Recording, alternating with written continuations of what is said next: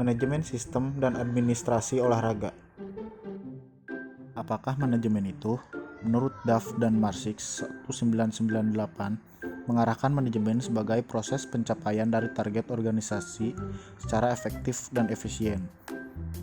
Menurut buku Educational Administrators 1955, memiliki penjelasan yang panjang tentang manajemen sebagai proses mutlak melalui orang yang tepat untuk sumber daya alam yang tersedia dan dibuat seefektif mungkin untuk mencapai tujuan dari organisasi. Manajemen berasal dari bahasa Prancis, yaitu manager, yang berarti digunakan dengan hati-hati, sedangkan bahasa Italia managere, yang berarti mengendalikan.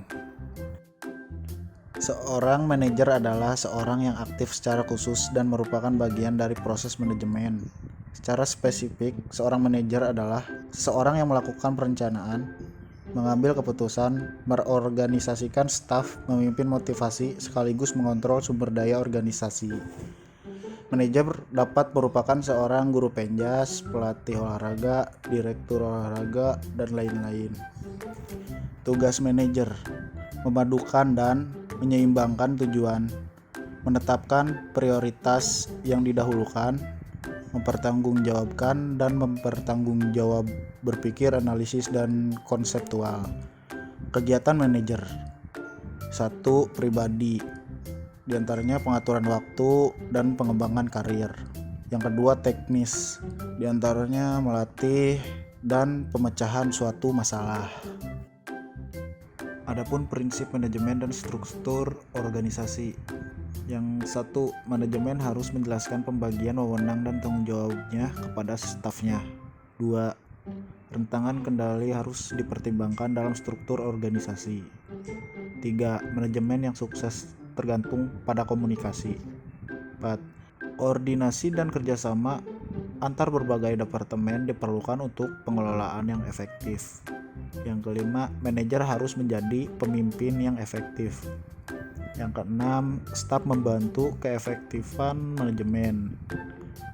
Selanjutnya yang ketujuh, tugas dan hak personel.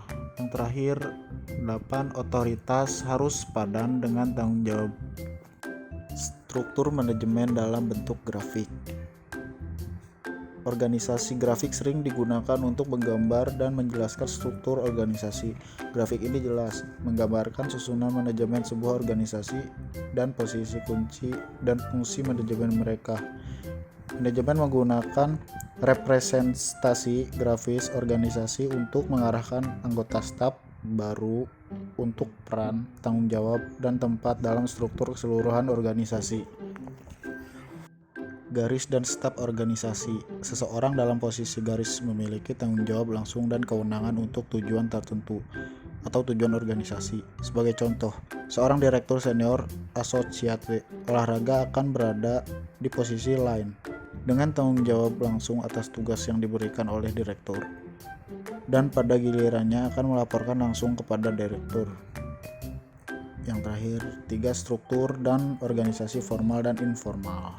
Organisasi formal didasarkan pada struktur hierarki pekerjaan dengan tugas yang diberikan oleh manajer untuk bawahan. Sedangkan organisasi informal, sebuah organisasi yang menyadari bahwa ada banyak hubungan yang tidak dapat digambarkan dalam bagian organisasi. Dengan kata lain, hal-hal dilakukan di luar hubungan formal yang mencerminkan grafik. Selanjutnya, administrasi olahraga.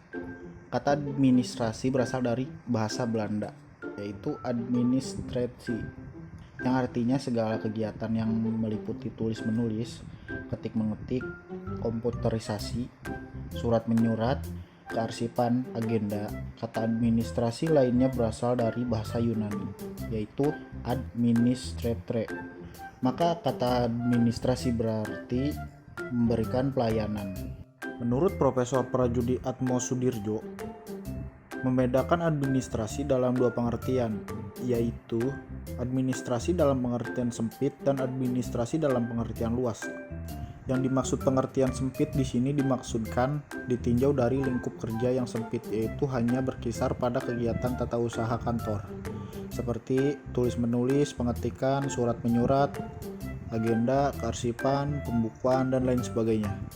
Sedangkan administrasi dalam pengertian luas dibedakan dalam 3 sudut, yaitu proses, fungsi, atau tugas, dan peranatan institusi. Ditinjau dari sudut proses, maka administrasi merupakan keseluruhan proses, mulai dari proses pemikiran, perencanaan, pengaturan, penggerakan, pengawasan sampai dengan pencapaian tujuan. Ditinjau dari fungsi dan tugas.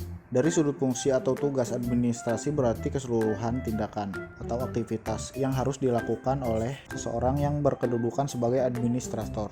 Dan ditinjau dari keperanatan, maka ditinjau administrasi adalah melihat kegiatan dalam suatu lembaga melakukan aktivitas tertentu. Misalnya, lembaga perbankan, maka ada orang-orang yang melakukan kegiatan perbankan dalam lembaga itu. Administrasi atau manajemen. Administrasi atau manajemen meliputi perencanaan, perorganisasian, kepemimpinan, dan evaluasi.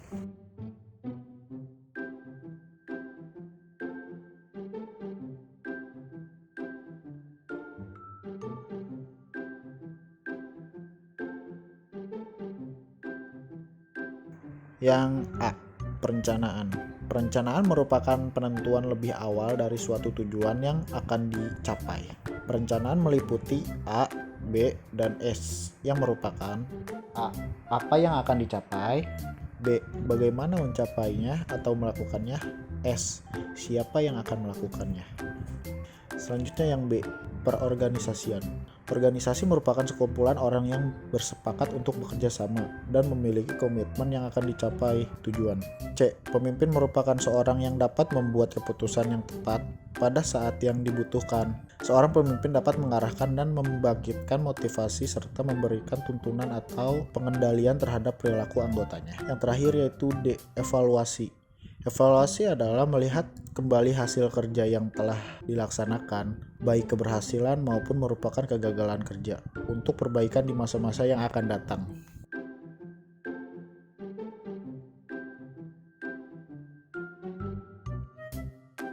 Dalam perorganisasian akan merumuskan diantaranya aktivitas yang akan dikerjakan, personil yang akan melakukannya, faktor fisik yang akan dibutuhkan. Perorganisasian bertujuan sebagai berikut, yaitu 1. Membagi tugas atau pekerjaan yang akan dilaksanakan. Yang kedua, menentukan kelompok kerja. Yang ketiga, menyeimbangkan antara otoritas dan bertanggung jawab.